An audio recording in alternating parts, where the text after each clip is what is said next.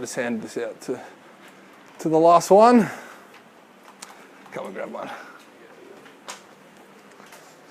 Alrighty guys, so yeah, so like Cam said, I'm Cam, this is Nathan, and we're co-owners of Prodigy Performance Nutrition, just down there. You can probably see us from the front door almost, we're just around the corner from Commonwealth Bank. A little bit of a background on myself. I'm 24 years of age. Throughout my high school years, I was an Australian level rower. Once I got to oopsie daisies. Once I got too big for rowing, I moved on to bodybuilding and football. I won the New South Wales junior titles in bodybuilding last year, and have always been an avid footy player. So I do have quite a big sporting background. Hey, my name's Nathan Tate. Probably lived in Canberra now for the past 10 years or so. Again, I love sports all my life, pretty much played anything you could. Rugby league was probably my main sport. Travelled around the world quite a bit playing this, over in England and in the USA. Other than that, I'm constantly in the gym. I have a lot of trouble putting on weight, putting on muscle size. Just constantly in the gym trying to get bigger for rugby league. When rugby league became a little less interesting for me due to the body breaking down with age, I fell into bodybuilding myself with Cam's guidance. So obviously I'm not the huge bodybuilder, I do the physique category. Actually just competed last Sunday and actually won the Canberra titles for the third year in a row, which I'm pretty happy about. But, yeah, so that's a brief background on what I do. So obviously there's a lot of dieting, exercise, sort of nutrient manipulation that go into competing and getting such a low body fat percentage. Small things that you can use day to day just to help cut down and keep yourself healthy as well. Well, that's it, exactly right. So yeah, whether it's footy or bodybuilding, nutrition, supplementation, all that sort of stuff does play a massive role. I'm sure you guys have heard 80% of it is diet, 20% of it is training and preparation. So diet has always been really tip-top and should always be right at the top of the pyramid for everyone. I also studied a Bachelor of Human Nutrition at the University of Canberra, and nutrition's always been a bit of a passion of mine. First off the bat, yeah, I'd like to congratulate everyone on getting stuck into the 12-week challenge. 12 weeks, 3 months, it can be a long time and it can be a very tedious journey, so wish you guys all the best as well. Now, in the little books that you would have received, the little Anytime Fitness 12-week challenge booklets, you would have got, or you would have seen the diets towards the back. You've got 2 for men and 2 for women. One's weight loss and the other one is muscle gaining. Now, you get a bit of an idea of the meals, how they're structured, what you eat, what foods are written down, but I can't stress enough that everyone is different. Everyone works different jobs. Nathan, he's a brickie. He works 5-6 days on the bricks. I sit at the computer looking at, typing up stuff, so I'm a lot less active. So obviously, someone like Nathan needs to eat a lot more and needs to pump down a lot more meals than someone like myself. So basically, this little seminar is going to be designed to give you guys a bit of a stepping stone onto. It's going to help teach you guys how to calculate how much calories, how much protein, how much carbs, how much fat you guys should actually be eating. Someone like myself, I'd probably be eating a lot more protein throughout the day compared to someone like yourself. You also vegan as well, are you? So that's another thing. So everyone's different. On the little sheet that I've given you guys, it says calculate your BMR. Now, your BMR, or your basal metabolic rate, that's essentially how much energy you expend on a 24-hour period doing absolute nothing. So if you were to lay on the couch for 24 hours, not move a muscle, that is how much energy you're going to expend. Now, there's a formula down there as well. So there's one for women and there's one for men. I haven't handed out any pens or pencils or anything like that. So you can actually fill it in yourself to spit out what your BMR is. What you're going to need to do, pop down your weight in kilos, pop down your height in centimetres, and your age. Now, it's a little bit of a complex formula down there. For women, BMR is 655 plus blah, blah, blah, blah, blah. For men, slightly different formula. So that will actually spit out your BMR. Now, the BMR is in calories. So whatever the total it gives you is a calorie total. So if it says 2,032, it's 2,032 calories. Now, BMR is if you are very, very, very sedentary throughout the day and you don't move a muscle. Now, everyone has a day job. Everyone gets up in the morning. Well, not everyone, but a lot of people walk three flights of stairs to their office or whatever. So as soon as you start moving, your BMR is obviously going to go up. So straight under your little formula there is another formula, depending on how active you are throughout the day. So at the top, if you are fairly sedentary, little to no exercise, what you do is you actually calculate your BMR, times it by 1.2, and that's how many calories you should be consuming on a daily basis to just maintain weight. Now right down the bottom you've got if you are extra active, very hard, exercise, sports and physical job, and train up to 2 times a day, you will times your BMR by 1.9, and that will give you a much, much, much higher calorie calculation. Now, that is just how much food and calories you need to consume to maintain your current weight. So if you are 80 kilos, that's how much, that's how many calories you have to consume to maintain that weight.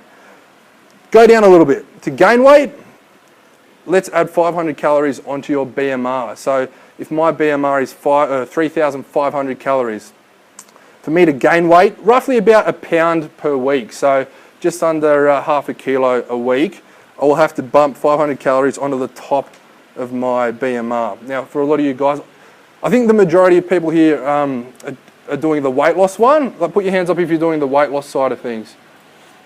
Yeah, awesome, awesome. So the majority of you guys should calculate your BMR and then whack 500 calories off that. And that's a really good place to start. Do that for the first week. If you have knocked 500 calories off your BMR and your weight hasn't budged whatsoever, you can work your way up to 600 calories. So start off at 500 calories, but no more than 1,000 calories. You might want to write that down. So don't go too hardcore and don't go, starving yourself. So hopefully all you guys will come out to a calorie total that you guys should definitely be hitting day by day. Then, just for example, say if your calories came out to be 2,500 calories for you to lose weight. How much of that's going to be protein? How much of that's going to be carbs? How much of that is going to be fat? You've got to then calculate that. So there's another thing that comes into play. Now I've written down the bottom there, protein. Should be aiming for about, I'd say females, about 1 gram per pound of lean body weight. Everything is in pounds and calories, sorry.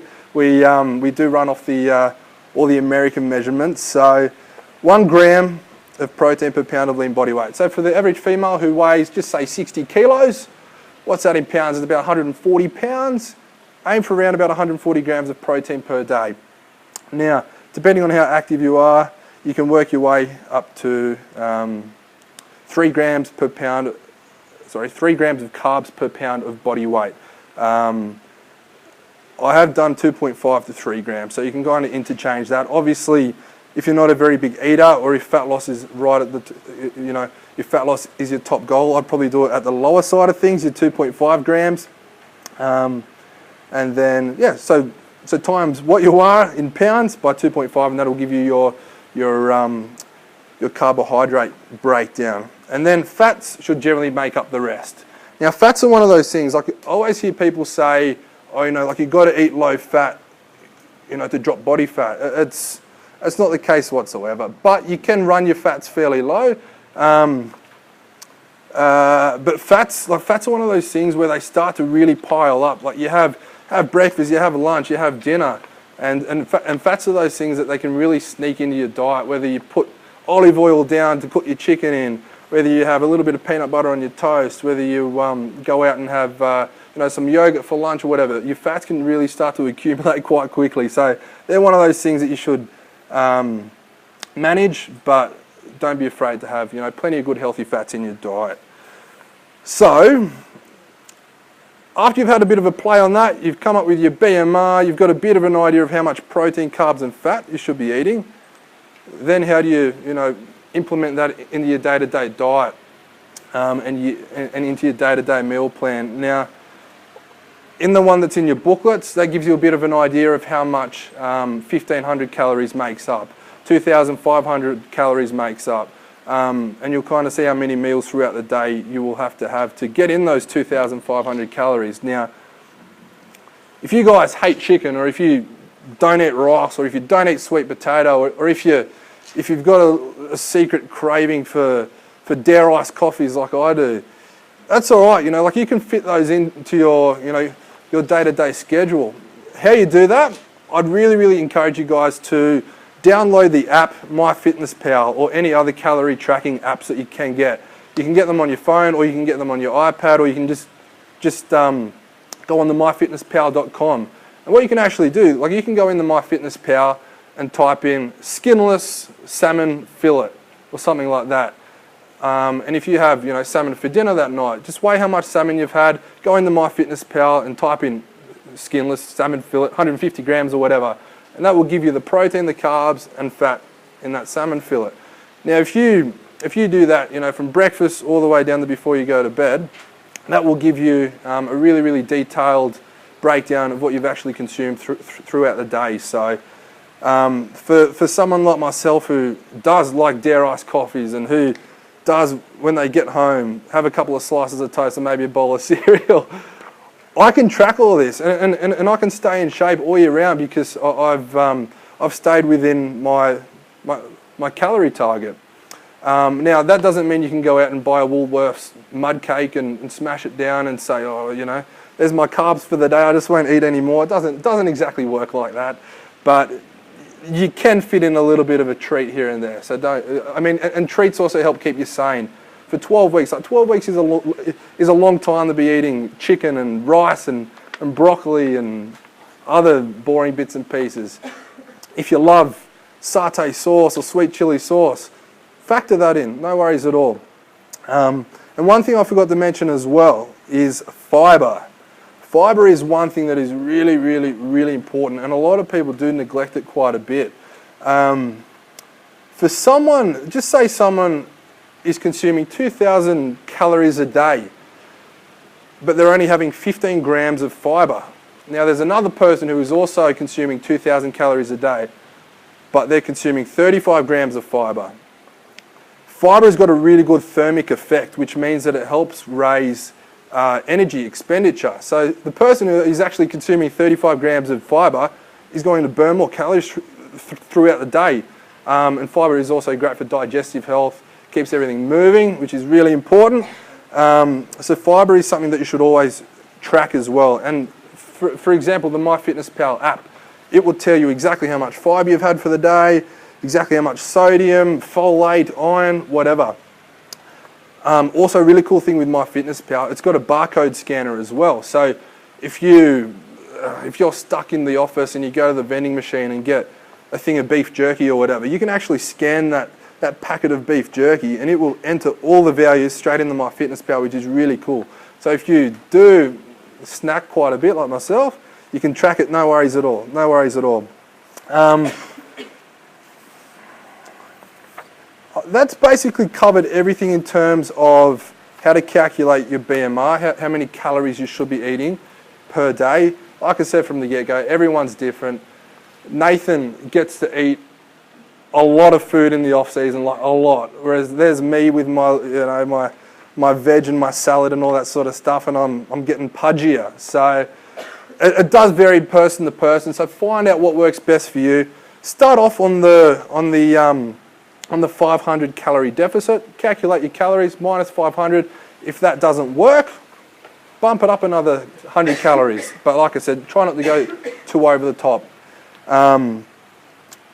Now with all this training that you're also doing with the 12-week challenge, now I've been really lucky to have a lot of you guys come down and visit at Prodigy Performance Nutrition just down the road there. And a lot of you guys are saying that you're quite quite sore after the boot camps, or you're getting to mid-morning or mid-afternoon and you're starting to really hit a wall and fatigue quite a lot throughout the day. So there is that many different supplements out there. I could talk for hours about supplements, but I'll leave that up to Nathan to do. All you got to remember is that you don't need to go too over the top. You don't need to spend a stack of money. We're not here trying to shove supplements down your throat and say use this, because it isn't the case. If you stick with the basics, then you guys are going to find awesome results. You're going to recover better. You're going to feel better throughout the day. And Nathan will actually speak about them, and I'll just hand you guys out some just so you can have a look at the packaging and have a look at the tubs and just have a bit of a read about what the actual product does. So Nathan, when you're ready, yeah. No worries. Thanks guys. Any questions about that you'd like to ask Cam before we move along? Yeah, hopefully I haven't confused you guys too much. Almost confused myself a little bit there. Yeah, there is. But with that worksheet, you can take that home. You can sit down, calculate everything you need, and if you do have any questions, or if you get home and you go, oh crap, I should have asked Cam that, pop down and see me. We're like less than 100 metres away from here, so, and we are open until 7 PM, so we're open fairly late, so come down and see me. Okay, too easy. Okay guys, so the deal with supplements is they are exactly that. They are a supplement. They're not designed to replace your diet at all. They're just there to help you recover, or if you're finding you can't get out of your diet what you need to achieve the goals you want to achieve, supplements are there for that purpose. Please don't think if you're having a meal replacement shake 3 times a day that's covering your nutrition, because it won't, and you probably will get sick. So based off the booklet, there are a few main supplements that we use. Whey protein being one of the most important supplements there is. Basically, protein is our muscle, so basically it's our building blocks. Now, when we exercise or lift weights, basically what we're doing is creating micro tears in our muscles, and we need protein, those building blocks, to help rebuild that. So what we're trying to do is maintain the muscle we have, if not even develop the muscle we have, in order to increase that basal metabolic rate that Cam was explaining to you earlier. So the more muscle you have, the more energy you need just to function, to keep alive. So this, by building muscle in turn, will actually help you lose weight and help you feel better and stronger and get you through the day a lot easier. There are quite a few different types of protein. They absorb at different rates. This can ensure that you have a slow trickle of protein coming into your body during the day to help you recover all day long. So at no point in the day do we really want to have zero protein in a meal, because that will leave obviously a window open where your body could panic for energy and actually start using your own muscles for that energy, which is called catabolic, or catabolism sort of thing. So we don't want that to happen at all. So the best times to take protein are normally first thing when you get up in the morning. This is because most of us will have just had at least an 8-hour fast. So you've had no food, no protein, nothing for those 8 hours while you're sleeping. Your body's trying to recover. So first thing when you hop up in the morning, if you're not getting some form of carbohydrate or protein into you quite quickly, your body will indeed start catabolizing its own tissues to give you energy that you need to function. Again, not what we want. A lot of people will supplement with a protein shake first thing in the morning, because generally speaking, our Western diet, most people will just have some cereal or have some toast and a coffee or something like that, and that will then go on to morning tea or possibly lunchtime before you eat again, which is adding another 6, maybe more hours between you having any protein whatsoever. So this means in that time period, those carbohydrates and fats may actually just store as that and use your muscle for energy as well if it's more readily available. So again, it's quite an important supplement. The second time I recommend using a protein supplement would be straight after a workout or exercise of any kind. Like I said previously, when we exercise we cause micro tears. We need to get that protein into our body as fast as possible in order for our bodies to start repairing bigger and stronger, in order for you to improve in your performance and improve in each workout, which is what we want to do. We don't want to keep coming to the gym doing the same thing and not seeing any improvements. Okay, so moving along from protein, we'll go into the branched chain amino acids. These are BCAAs as written in your notebook. Basically these are really broken down versions of a protein.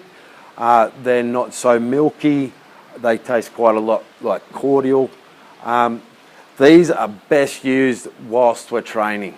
So while we're training, if you're training for extended periods of time, again with your muscles breaking down, and if you happen to run out of energy or you didn't eat early enough before you trained, your body will run out of energy and again start trying to use your muscles for that energy. How we combat this is through the base chain amino acids, which are really highly available and will be absorbed almost instantly into your body. So it's almost like an insurance policy for your body while you're training, that should you happen to deplete your natural energy levels in your body, or should you have not eaten like an hour before you've trained, if you're running on very low fuel, that will be there to not only repair your muscles, but also in case your body starts going, what am I going to use as energy? I've got nothing left. That's coming into your body while you train. It will actually pick that instead of your muscles to break down and use for energy. As you can see, one's being passed around at the moment. They do vary from product to product. Again, most of your supplements are very specific to the individual. There are BCAAs that have joint and liver support. So should you suffer from sore joints or arthritis or things like that, they can cater to you a little better. Others will have electrolytes in there and or glutamine, which again will stop with your muscle soreness. And should you be running around the lake in the middle of summer, you're going to lose a lot of the salt and electrolytes in your body, and they are a great way to replenish that, to keep you performing at the best you possibly can. Moving along to creatine. Creatine is probably one of the most highly studied supplements there is, and has been proven to be one of the most effective supplements there is. So basically creatine will help you improve performance and strength. This is because creatine is actually our stored energy. So what happens with creatine, our energy stored is a thing called adenosine triphosphate. This can be shortened to ATP. So what happens there is there's a creatine molecule, 3 phosphates joined to that. 1 phosphate will break off, the creatine will break off. That's where we get our energy from. I know that's a little bit in depth, probably don't need to know that much, but how we reform that energy source again is through that creatine molecule. So it will reattach, therefore giving you more energy. So basically the studies provided on this find that by having more creatine in your body, that will help you recover quicker in order to improve your performance. The quicker you can recover, the quicker you can perform, and the longer you can perform. So it's unreal, a staple just as important as creatine, if you ask me. There's actually a really cool study that's only recently came out on creatine. If anyone is trying to get pregnant, or if anyone has had some quite underweight children in the past after pregnancy, creatine was actually shown to help increase the size of your baby after childbirth. So that's a really cool study that's just come out on creatine. So not only does it help with strength and output and all these things in the gym, but it also can help with the health of your unborn child, which is really cool. Yeah. That was only about a month ago or something, I think. Okay, so that's basics of creatine. Moving on to caffeine. A lot of our pre-trainers and fat burners will include caffeine. I'm sure everyone's had a coffee at some point, or a V, or a Red Bull, or something like that. Basically, caffeine, it will give you energy. I think we all know that. A few of the bonuses of caffeine as well is it can actually increase fat oxidation. So it will pull the fat from your body to help you use that for energy, which is really quite handy. It will also speed up your metabolism a bit. So basically, by speeding up your metabolism means that your body picks the food that it needs quicker and gets rid of the rest that it doesn't need, rather than storing the stuff that it doesn't need. So this again is addressed through your diets as well. Obviously eating more regularly every 3 hours or so. Instead of having a basic 3 meals a day, we've tried to increase that to 5 smaller meals a day. This is what helps boost your metabolism and helps your body not store what it doesn't need. The longer you don't have food for, the more your body's going to store, just for the simple reason that it doesn't know when it's going to get fed again, so it's just going to put away a little bit in reserve just to make sure you can survive should that period extend out a little longer. So caffeine's found in most of the pre-trainers, obviously for that energy effect, and whilst you're training it can help oxidise that fat. Pre-trainers are taken before a workout, normally 20 minutes, half an hour before a workout to make it most effective. Also, it will be found in most of your fat burners as well. Fat burners have a number of other products in there designed to increase your mood, also decrease hunger, and also will have a thermogenic effect as well, as Cam mentioned before. Boosting your body temperature actually helps burn fat. So your fat burners will generally be taken first thing in the morning as a coffee or something like most people have, and then normally around no later than 2 o'clock in the afternoon, just for the simple reason that you don't want to be up all night. Okay, so then moving along, probiotics have been mentioned in here as well. Our gut is essentially our petrol tank. So if you do the analogy to a car, if you put food in your stomach, you want it to work the best possible way. So you don't want to go putting diesel in a petrol car. It's probably one of the most basic ways I can break it down. So by having probiotics and antioxidants and things like that that come through a lot of foods, it basically helps your body maintain good bacteria and work the way it should. So should you be taking supplements, any food, any dietary stuff, if you don't have a good balance of bacteria in your stomach, it won't be able to take advantage of the foods and supplements and things you're putting in there to actually help your body. So what you want to do is just try and alkalize your body, use probiotics as much as possible, basically to help your stomach absorb all the nutrients it needs to in order for you to function optimally. Then what do we have finally? Again, I address the greens and whole food supplements in there. Again, if you don't like vegetables too much, we have supplements for that, powdered form.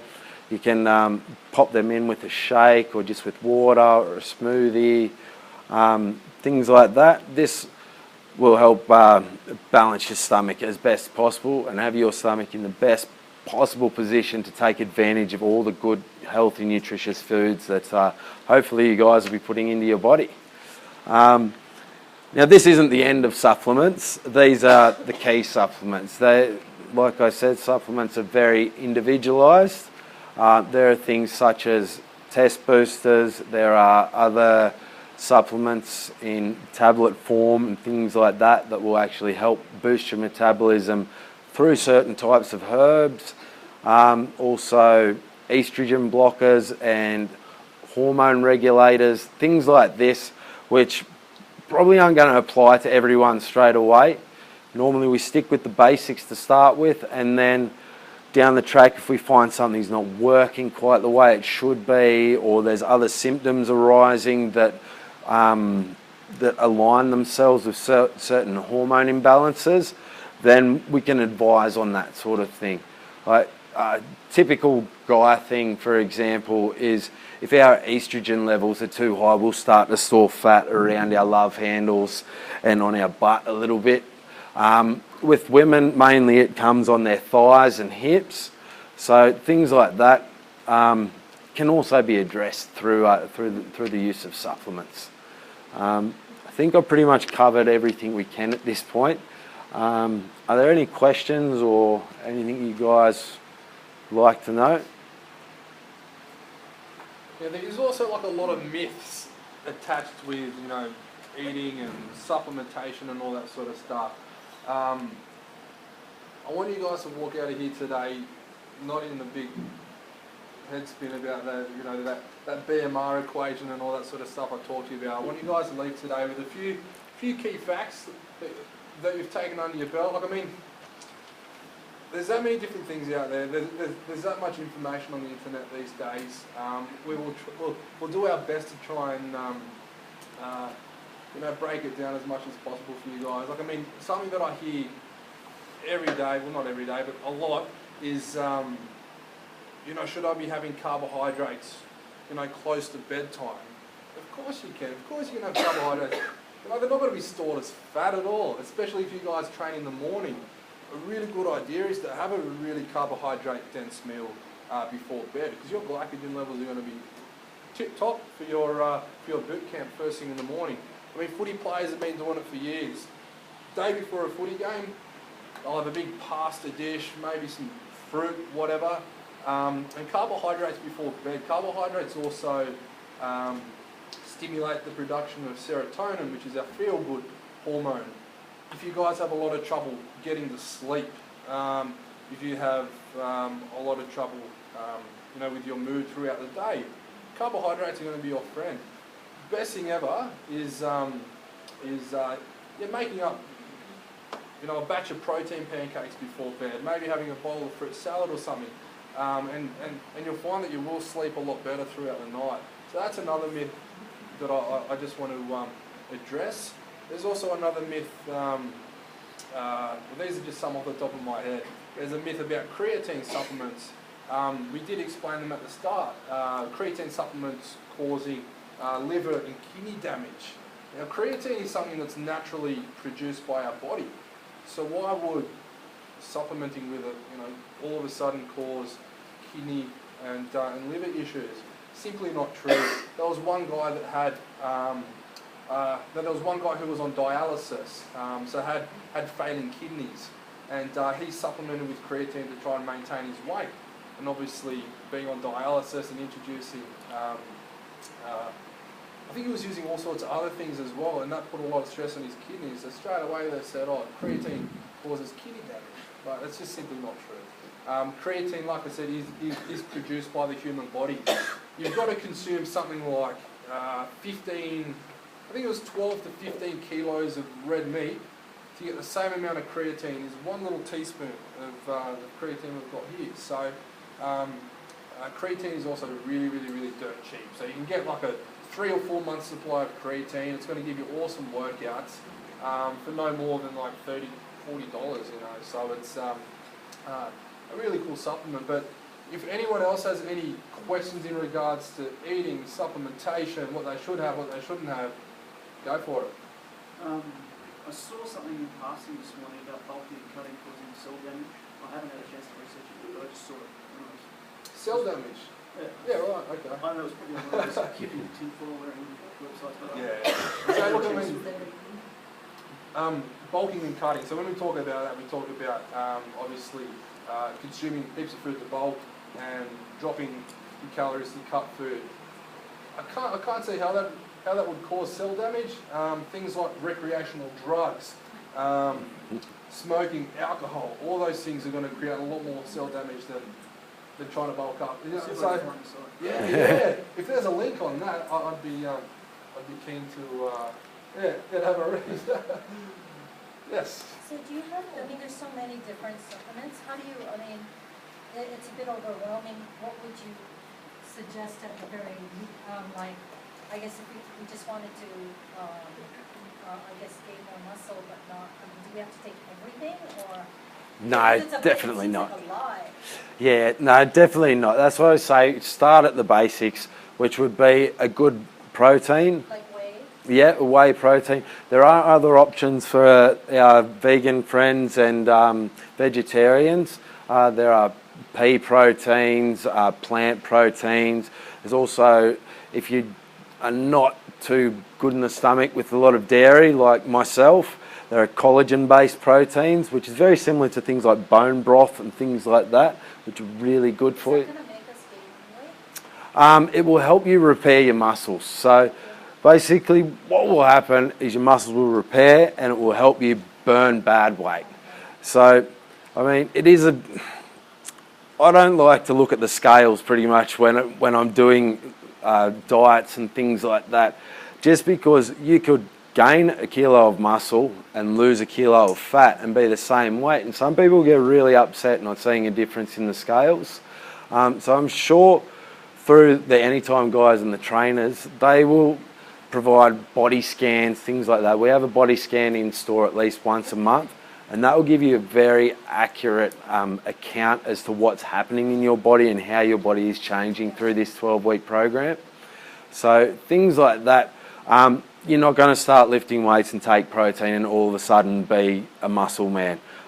Trust me, Cam and I have been at it for over 10 years and we're nowhere near as big as what we should be if that were true. But going back to your original question, definitely a protein is a great start to stop those muscles breaking down and optimising your fat burning ability. Also, depending on what your goals are, obviously a lot of people with wanting to lose weight, possibly a fat burner is a good option with that as well. And Does that make me feel, I tried a fat burner ages ago and Yeah.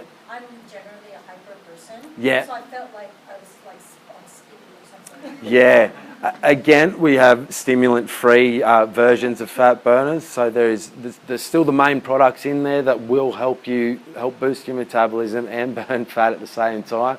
But yeah, I've certainly come across a lot of very caffeine and stimulant sensitive people, and yeah, we steer them completely away from that because otherwise you'll probably be up for 48 hours or something going, oh, what do I do? Nobody wanted to work out with me. Yeah, that's right. But you could get a few extra gym sessions in, which is always good. Any other? Yeah, is there any recommendations if you take medications and things like that, you can take pre-workout or post-workout supplements? Yeah, definitely with things like that, we recommend consulting your doctor. So we can recommend a product to you, we can give you the nutritional breakdown, and going and seeing a doctor and just seeing if anything may throw something off or throw your medication off or throw something out like that.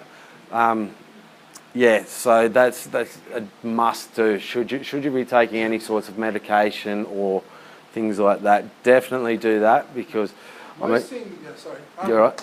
Most things are fairly safe, but there is a couple of ingredients in only a handful of fat burners and stimulant-based products that can clash with blood pressure medication. Yeah, well, so watch out there. Look, I mean, if you do take it and you do feel, quite nauseous or something just isn't quite right, then take the tub with you, to your GP and say, well, this is what I'm using. Why is it doing it to me? And they'll probably say, yeah, look, put that, just to the side. You might want to sell it to your friend, who knows. You might want to sell it to your husband, your partner. Maybe they'll do a little bit more work around the house. But yeah, there is caffeine-free, definitely stimulant-free options out there. But stimulants are probably the main thing that you've got to watch out for when you are using even things like antidepressant medication. Like if you're pumping your body through, if you're pumping your body with all these stimulants, but then you're on antidepressant medication, they can kind of clash a little bit as well. So stimulants and cold and flu tablets as well, they can make you feel like a little bit weird.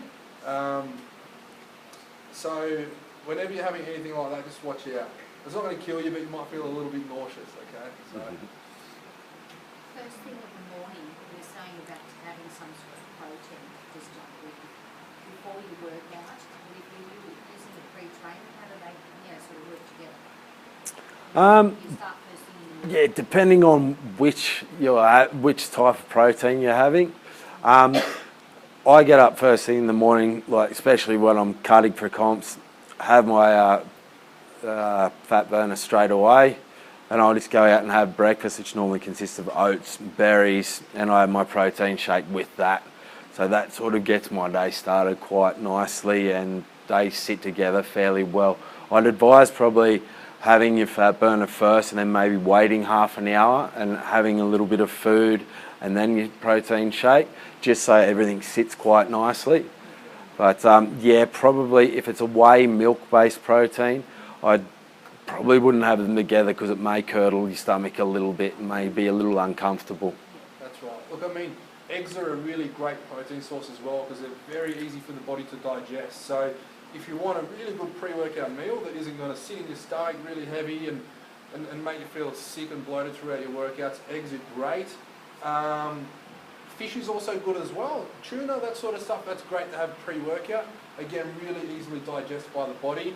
You can have something like a protein shake, but some people, when they're exercising, dairy-based, might come up, you might see them down the side spewing. But eggs, fish, they're your main two. Greek yogurt's not too bad, but again, that dairy side of things, some people might not like to have that pre-workout. Steak, red meats, those really sort of coarse proteins, probably don't have that pre-workout just because they're a little bit harder to digest. And same with the carbohydrates as well. Go for a really easily digesting carbohydrate. Oats, because they're quite high in fibre, a little bit tougher for the body to break down. So jasmine rice, white rice, that sort of stuff, really easy to break down. Even a banana, fructose is really readily available source of carbohydrates, which doesn't take the body much to break down at all. Things like like a jam sandwich, perfect. You've got your fast-acting fructose sugars in there, not too much, and then you've got your more low GI carbohydrates coming from your wholemeal bread or whatever. So that's another good little pre-workout perk up. Any other questions at all? Yes. Is there like a distribution list so we can find out when you've got the scales? Oh, the body scan? Yeah, so we are getting it starting Monday, so this coming Monday until the following Monday. And then we get it 6 weeks later. So yeah, we get about every 6 weeks. So yeah, so first thing next week we'll have the scan in store for a whole week. So you can come in and get a scan done. Then in 6 weeks, which will be towards the middle of your challenge, you can pop in again and get another one, see how you've gone, see if you've got fat, gained fat, whatever, hopefully not gained fat. So yeah, Monday we should have that. Good question. I think they're around about $29, $30, I think. Yeah. No, walk-ins are available. Yeah, yeah. We're open 10 till 7. Come and get as many as you want. Yeah. Did you guys get your 25 already? Oh, I got rid of quite a few. Yeah, I had about 15 people come in. So, and that's another thing. Loads of samples down there, guys. If you're still unsure what supplements to use, pop down. I'll send you out with a handful of supplements that you guys can try. Worst thing is going in, spending $100 on something, having a scoop, and not liking it. hating it. So, but proteins have come a long way in the last 2, 3, 4 years. They do mix a lot better. They do taste a lot better. They're much higher in protein and much lower in carbs and fat as well. So, but like I said, come down. We'll load you up with some samples, and that way you guys can try before you buy. Because a lot of them.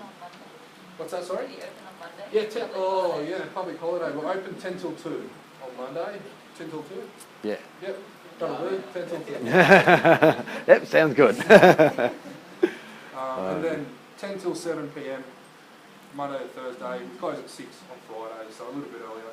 Yeah. But we're normally open fairly late. So if anyone wants to have a gym session, actually, don't get a scan done after a gym session because it can throw the readings out a little bit. So if you come in and get a scan, make sure that you haven't trained. and make sure that you haven't just had a massive meal as well, because it can throw things out a little bit. But other than that, guys, hopefully we've explained the supplement side of things, the calorie side of things as well, the protein, the carbs, the fats. Definitely go home and download that MyFitnessPal app on your phone, or get it up on your computer and have a play around with it.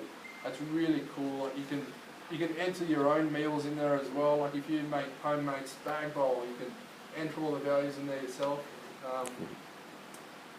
Yeah, I think that's it. But any last questions at all? Chris, do you have any questions? You always got questions. Good. You answer them all pretty good.